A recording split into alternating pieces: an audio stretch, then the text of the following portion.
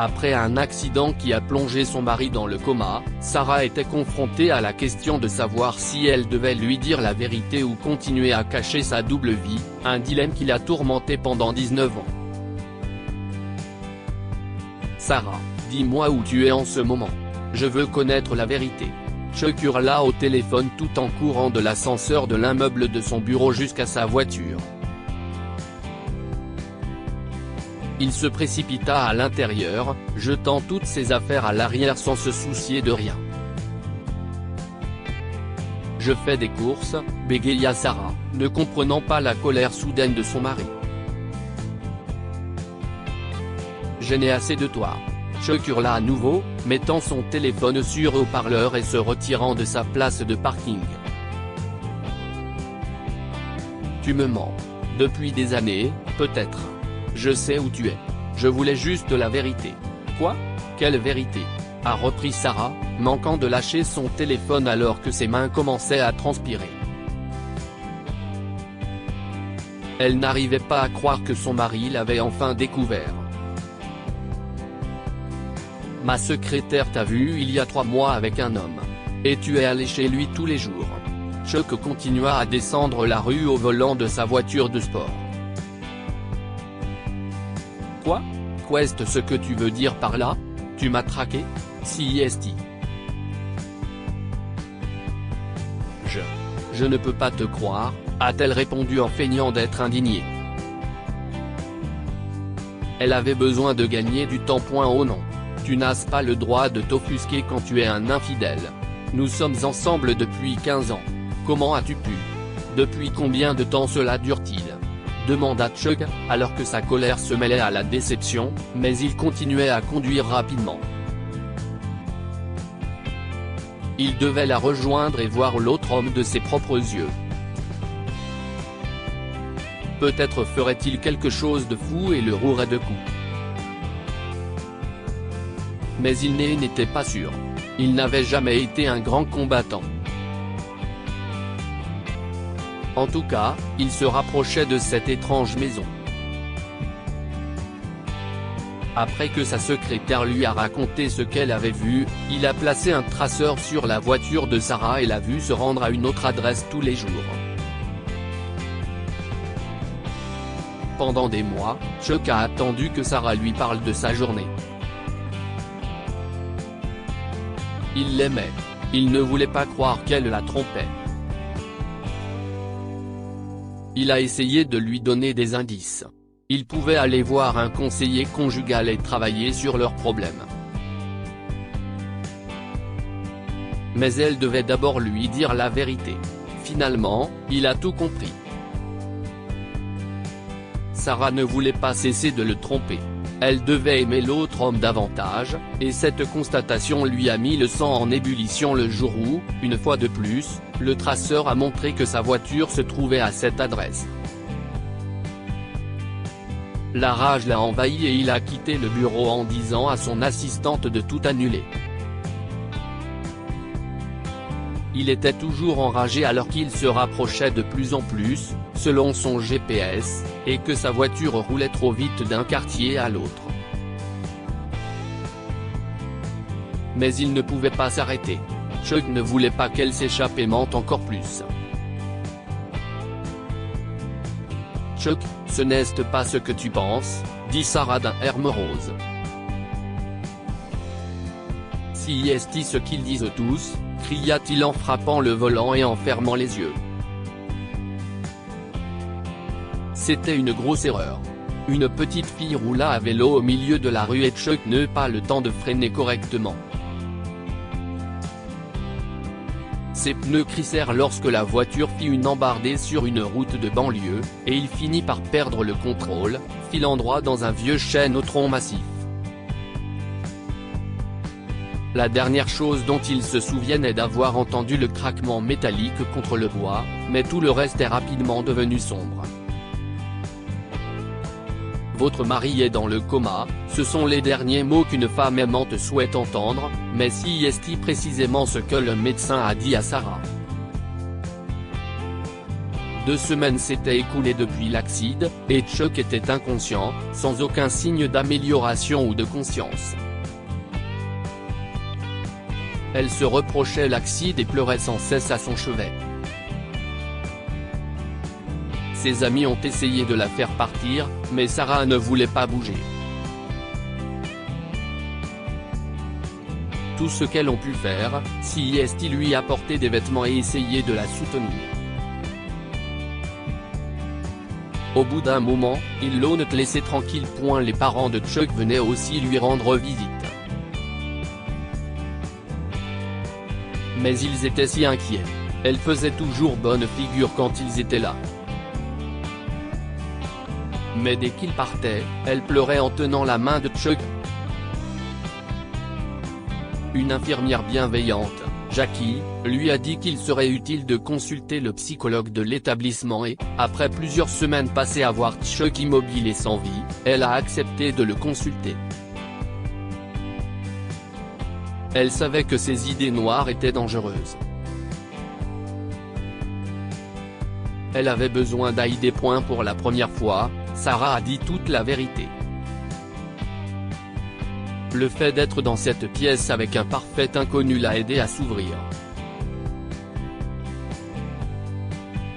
C'est un secret que j'ai caché à presque tout mon entourage pendant 19 ans, docteur. J'ai toujours pensé que ce secret ruinerait mon mariage, mais je n'ai jamais imaginé qu'il blesserait Chuck à ce point, a révélé Sarah au médecin, expliquant toutes ces années de souffrance et de regrets. Elle se lamentait également sur sa lâcheté. Madame Langlais, vous savez ce que je vais dire, n'est-ce pas ? Dit le médecin après leur 3e séance. Non, répond Sarah en sanglotant et en attrapant un mouchoir. Vous devez lui dire la vérité, a poursuivi le psychologue. Comment ? Il est dans le coma, a-t-elle répondu en pleurant.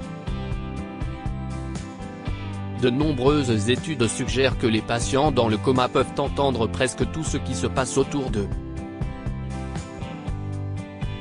Parlez-lui. Dites-lui la vérité. Vous vous sentirez mieux. Quand il se réveillera, vous pourrez lui redire. Je parie que vous serez encore plus courageuse parce que vous aurez déjà dit la vérité plusieurs fois, l'encouragea le médecin, et Sarah éprouva de l'inquiétude. Mais aussi de l'espoir. Le lendemain, elle s'est assise à côté du lit de Chuck. Selon les médecins, son état n'avait pas changé, mais la plupart de ses blessures extérieures étaient guéries, à l'exception de son bras plâtré.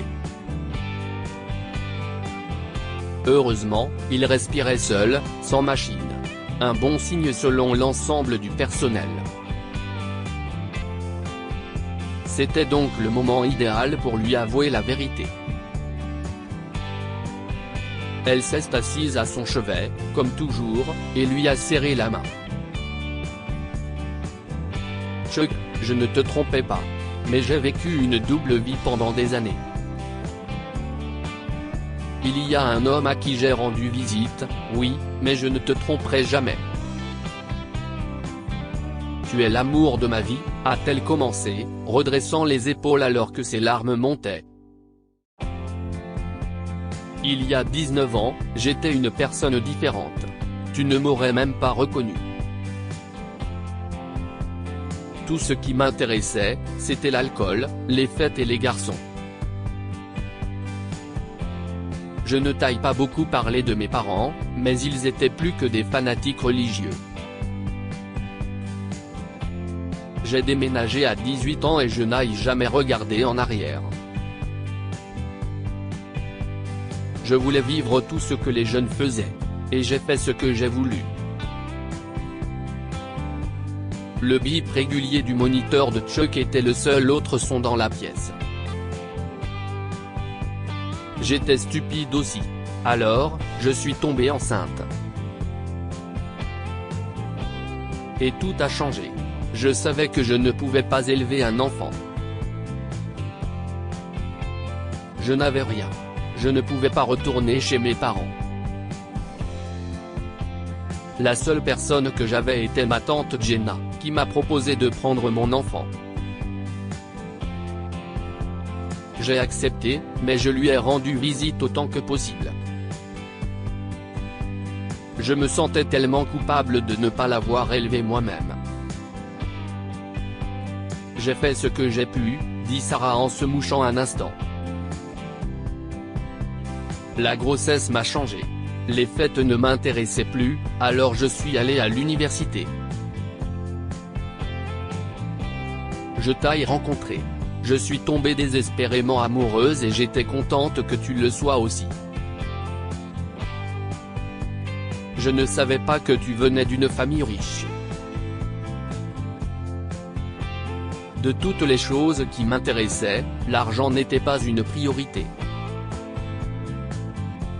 Je voulais juste la liberté.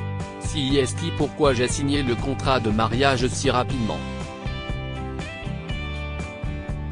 Je me fiche de l'argent. Mais j'admets que j'ai demandé à vivre dans notre maison parce qu'elle était relativement proche de celle de tante Jenna. J'ai commencé à lui rendre visite de plus en plus souvent. Tante Jenna est décédée il y a 2 ans, et elle a laissé la maison à mon fils, Lucas. Elle lui a aussi dit la vérité sur son lit de mort. Il a grandi en pensant que j'étais une cousine, mais il n'était pas fâché. Il me comprenait. Il vit chez elle et se rend à l'université locale. Il est en première année et si est un garçon brillant. Ma tante n'a pas pu économiser beaucoup pour son éducation, mais je l'aide aussi. Avec mon argent. Alors, oui. J'avais peur que tu me rejettes si tu connaissais mon histoire. Si tu savais que j'avais laissé mon enfant à quelqu'un d'autre, Sarah déglutit bruyamment et finit par lever les yeux vers le visage endormi de Chuck. Sarah se réveilla dans le couloir de l'hôpital et remarqua qu'elle était sur l'un des lits d'hôpital qu'il avait parfois. Quoi ? Demanda-t-elle en se levant du lit. Madame Langlais, vous êtes debout. Vous deviez être très fatiguée. Cela fait quelques heures, sourit l'infirmière Jackie. Mon mari ? Demanda Sarah, se souvenant de la raison pour laquelle elle s'était évanouie. Il va bien. Le médecin était en train de faire des tests, mais vous pouvez le voir. Aujourd'hui est un bon jour, Madame Langlais, dit l'infirmière Jackie avec un plus grand sourire, et Sarah ne pouvait pas courir assez vite pour retourner dans la chambre. Chug, mon chéri. Sarah s'exclama en serrant son mari dans ses bras et, à sa grande surprise, il lui rendit son étreinte avec autant de force. Ma douce Sarah, dit Chug, et elle pleura abondamment après avoir entendu les tendres mots de son mari. Le médecin les a interrompus pour leur demander d'autres examens, ce qu'ils ont fait. Sarah était heureuse que Chuck soit réveillé et qu'il semblait être lui-même. Cependant, lorsqu'ils l'ont emmené passer une IRM, elle a réalisé qu'il ne devait pas se souvenir de ce qu'elle lui avait dit. Elle allait devoir lui répéter la vérité. Bientôt, je le ferai bientôt, s'est promis Sarah et elle a attendu. Elle n'a pas eu l'occasion de lui dire que c'était pour bientôt. Ses parents, qui lui avaient rendu visite tous les 2 jours pendant quelques heures, sont venus l'aider à sortir de l'hôpital. Chuck aurait besoin de quelques semaines supplémentaires pour se rétablir complètement, mais Sarah n'était que trop disposée à l'aider à traverser cette épreuve. Malheureusement, elle n'a pas trouvé le temps de lui redire la vérité. Il était également étrange que Chuck n'ait pas posé la question. Il semblait se souvenir de tout, donc le traumatisme crânien et le coma n'avaient pas affecté ses souvenirs. Il devrait se souvenir de sa colère contre elle juste avant l'accident, mais peut-être qu'il s'en fichait. Un soir, Sarah a eu le courage de parler et lui a demandé s'il se souvenait de quelque chose juste avant l'accident. Je me souviens de tout, Sarah. Mais j'ai failli mourir. J'ai failli renverser une fille à vélo. À partir de maintenant, ne parlons que de notre belle vie ensemble et de l'amour que nous avons l'un pour l'autre, répondit Chuck en souriant. Sarah voulait profiter de ce moment pour répéter ce qu'elle avait dit à l'hôpital. Mais Chuck commença à parler de leur rencontre et se perdit dans cette histoire. C'était comme s'il voulait qu'il revive ses souvenirs, et ils se sont couchés tard pour en parler. Un autre soir, Chuck a décidé de cuisiner pour elle, bien que son bras soit encore plâtré. Sarah a essayé de l'empêcher, mais il a insisté. Ils ont ri, dansé dans la cuisine et se sont embrassés passionnément. C'est comme s'il était à nouveau deux adolescents amoureux. Mais Sarah a commencé à se sentir coupable. Il fallait qu'elle lui dise. Elle ne pouvait plus cacher la vérité. Un soir, alors qu'elle rentrait d'une course à l'épicerie, elle appela son mari. Chuck, il faut qu'on parle de quelque chose d'important, lui a-t-elle dit en posant les sacs sur la table de la cuisine. Nous en reparlerons plus tard, ma chérie, dit Chuck dans le salon. Qu'est-ce ce qu'il y a ? Demanda Sarah en se passant la main sur le visage et en pleurant. Elle avait tellement pleuré ces dernières semaines qu'elle pensait qu'il n'y avait plus beaucoup de larmes. Chuck se leva, s'approcha d'elle et la serra contre sa poitrine. Je me souviens de tout ce qui s'est passé à l'hôpital, Sarah. J'aurais aimé que tu ne me caches rien. Je t'aurais aidé. Je t'aurais aimé quoi qu'il arrive. Je t'aimerai toujours, assura Chuck tandis que Sarah sanglotait dans sa poitrine. Elle se ressaisit au bout de quelques minutes et va voir son fils. Elle s'excusa d'avoir été si absente, mais Lucas savait déjà tout. Chuck était venu le voir il y a quelques jours, lui avait révélé qui il était et lui avait demandé de venir chez eux. Lucas est devenu un membre permanent de leur famille, surtout avec les dîners hebdomadaires. Ils sont allés à ses activités universitaires et l'ont traité comme un fils, comme cela aurait toujours dû être le cas. Sarah a découvert qu'elle était enceinte après tant d'années. Elle a donné naissance à Cynthia, et Lucas était ravi d'être un grand frère, même à son âge. Chuck, Sarah et leur bébé l'ont vu obtenir son diplôme universitaire quelques années plus tard. Chuck lui a même offert un emploi dans l'entreprise familiale, ce que Lucas a accepté. Les grands-parents de Chuck ont d'abord été choqués par l'existence de Lucas, mais ils l'ont rapidement accueilli dans la famille. Plus on est de fous, plus on rit.